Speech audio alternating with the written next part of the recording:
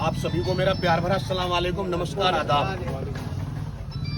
साथियों, आप सभी बहुत भारी संख्या में यहाँ मौजूद हैं और आप सभी ने काफ़ी टाइम से इंतज़ार भी किया और आप सभी ने मुझे बुलाया।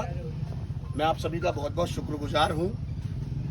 सबसे पहले मैं शुक्ला जी की बात को बताना चाहता हूँ। शुक्ला जी ने कहा कि जो दिल का दर्द होता है वो अपनों से नहीं कहा जाता, तो फिर शायद किसी और से भी कहने का मतलब नहीं बनता। घर परिवार, ये तो मेरा परिवार है।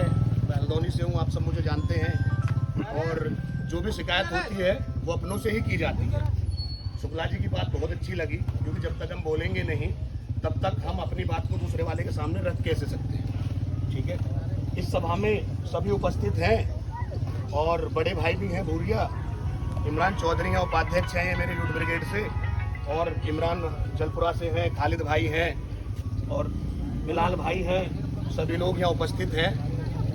मैं आपको बताना चाहता हूँ कि देखिए, कोई भी काम हो, काम को किसी भी तरीके से तभी अंजाम तक पहुँचाया जा सकता है जब उस काम की पावर अपने हाथ में होती है।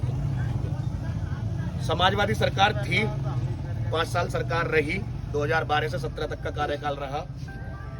समाजवादी सरकार ने कभी किसी हिंदू में और मुसलमान में भेदभाव करते हुए अपने काम को नहीं किया। उन्होंने सबको साथ लेकर चलकर काम किया। मैं आपको बहुत सारे काम ऐसे गिनवा सकता हूँ नोएडा के अंदर कि जो समाजवादी सरकार बनने पर वो काम हुए, और बहुत से काम ऐसे हैं जो काम समाजवादियों ने किए और फीते उनके भाजपा वालों ने काटे। लेकिन कॉलोनी है, और थोड़ा सा मैं भी अब से पहले इधर इस तरीके से नहीं आया था, तो शायद मैं समझता हूँ अब से पहले इतना ध्यान इस कॉलोनी पे नहीं दिया गया होगा। आज मैं आपके पास आया हूँ, मुझे बुलाया गया है। मैं आपसे वादा करके जाता हूँ कि देखिए, बहुत बड़ी बड़ी बातें मैं तुमसे करूँ कि मैं सरकार बनने पर ऐसा कर दूंगा, वैसा कर दूंगा, लेकिन मैं आपको ये आश्वासन दिलाता हूँ, आपको ये भरोसा दिलाता हूँ कि 2022 में अगर सरकार बनी तो इंशाअल्लाह ताला भगवान ने चाहा तो सबसे पहले इस कॉलोनी का विकास होगा, चाहे किसी का विकास हो या ना हो। और रही बात देखो सरकार से पहले की, तो मैं अपने लेटर पे पहले भी लिखकर डाल सकता हूँ, जितनी मुझ में कोशिश है, जितनी मुझ में हिम्मत है, क्योंकि विपक्ष में भी बहुत बड़ी ताकत होती है। भले सत्ता पक्ष आपकी ना सुने, मैं सुनने के लिए तैयार हूँ। आप सभी भाई यहाँ पर मौजूद हैं। जब मैं बुलाऊंगा अपने लेटर पैड पर लिख दूंगा, और लिखने के बाद में हो सकता है आपको मेरे साथ जाने की जरूरत पड़े, तो आप मेरे साथ जाने के लिए तैयार हैं?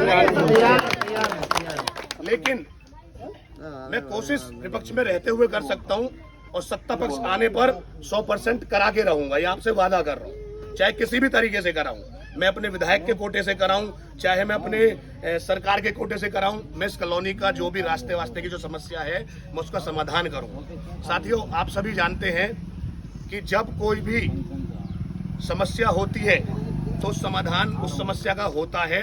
देर नहीं तो भले ही थोड़ा देर से होता है, लेकिन समाधान होता जरूर है। अभी शुक्ला जी ने कहा कि पंकज सिंह को बताया। पंकज सिंह जी ने शुक्ला जी को माला पहना दी, और माला पहनाने के बाद उन्होंने सोचा कि शायद शुक्ला जी को लॉलीपॉप दे दिया, अब काम की जरूरत नहीं। ठीक है, क्योंकि भाजपा वालों की नीति हमेशा यही रही है कि वो लॉलीपॉप देना जानते हैं, और वो मुद्दे की बात कभी नहीं करते। वो हमेशा मुद्दे से भटकी हुई बात करते हैं। कभी किसानों की बात नहीं की, आज सरकार को चलते चलते 4.5 साल हो गए। कभी रोजगार की बात नहीं की, कभी महिलाओं की सुरक्षा की बात नहीं की। उन्होंने हमेशा जब भी की, हिंदू और मुसलमान को लड़ाने की बात की, उन्होंने गाय और गोबर की बात की, उन्होंने हमेशा राम रहीम को लड़ाने का काम किया। मैं आपको बताना चाहता हूँ, ये देश सभी का देश है, और इस देश में जब सब तरह के लोग जब मिलजुल कर रहेंगे तभी हमारा देश मजबूत देश बनेगा। मैं आप सभी से कहना चाहता हूँ, उनकी बातों को नजरअंदाज करते हुए आप बीजेपी वालों की बातों पर ध्यान न देकर सबसे पहले आप अपने भाईचारे को बना के रखें, क्योंकि जब भाईचारा बन के रहेगा तो हर समस्या का समाधान अपने आप होता चला जाएगा। उनकी नीति रही है हिंदुओं को कहकर मुसलमानों के खिलाफ भाषणबाजी करना और आपस में एक दूसरे को तोड़ना, क्योंकि जब तक हम मजबूत एक साथ नहीं रहेंगे तब तक किसी भी काम को अंजाम हम नहीं दे सकते। क्योंकि समा परवाने को जलना सिखाती है और शाम सूरज को ढलना सिखाती है। मुसाफिर की जिंदगी में भले ही ठोकरें आती हैं, लेकिन वो ठोकरें ही मुसाफिरों को चलना सिखाती हैं, और ठोकरें ही मुसाफिरों को चलना सिखाती हैं। साथियों, खालिद भाई ने इतना जोर शोर से बहुत अच्छा प्रोग्राम किया, मैं इनका बहुत बहुत धन्यवाद करता हूँ, बहुत बहुत आप सभी का आभार करता हूँ। आज हमारे देश में बहुत अच्छा एक राष्ट्रीय पर्व भी है, एक हमारा रक्षाबंधन का त्योहार भी है, धार्मिक पर्व है, उसको सभी लोग मनाते हैं। और आज रक्षाबंधन होने के बावजूद भी इतनी भारी संख्या में लोग यहाँ पर मौजूद हैं। मैं सभी का बहुत बहुत शुक्रगुजार हूँ, सभी का बहुत बहुत आभार व्यक्त करता हूँ। और मैं शायद मेरे बारे में आप सभी लोग, सबको तो मैं नहीं कह सकता, लेकिन कुछ लोग ऐसे जरूर होंगे कि जो मेरे पास चलकर आया हो और मैंने उसकी और जाति धर्म पूछे बिना उसका काम ना किया हो। कुछ लोग ऐसे जरूर आपके सभा में होंगे। मैं आपको बताना चाहता हूँ साथियों, जब भी कभी मेरे पास कोई चलकर आया, मैंने जितना मुझसे हुआ मैंने उसका भला कर दिया, क्योंकि ऊपर वाले ने हमें दुनिया में सिर्फ एक दूसरे का भला करने के लिए भेजा है, बुराइयों से बचने के लिए भेजा है। बुराई करना हमारा काम नहीं, अच्छाई पैदा करो और आप सब अपने अंदर अच्छाई पैदा करो। अगर किसी हिंदू का काम मुसलमान से होता हो तो भले ही कुछ भी करना पड़े, उसके साथ जाकर उसका काम कर दो। ये मेरी नीति रही है, क्योंकि साथियों मिलकर चलोगे तो संवर जाओगे, मिलकर चलोगे तो सब संवर जाओगे, वरना तिनको की तरह हिंदू मुस्लिम में सब बिखर जाओगे।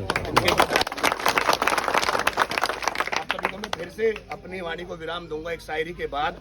आप सभी लोग यहाँ मौजूद हैं, मैं फिर से आप सभी का एक बार फिर से शुक्रिया अदा करता हूँ कि जातिवाद की जिंदगी में जिया नहीं करता और हवाओं में राजनीति में किया नहीं करता। जातिवाद की जिंदगी में जिया नहीं करता और हवाओं में राजनीति में किया नहीं करता। कभी किसी का मुझसे काम पड़े तो एक बार आजमा के जरूर देखना, मैं झूठा आश्वासन किसी को दिया नहीं करता।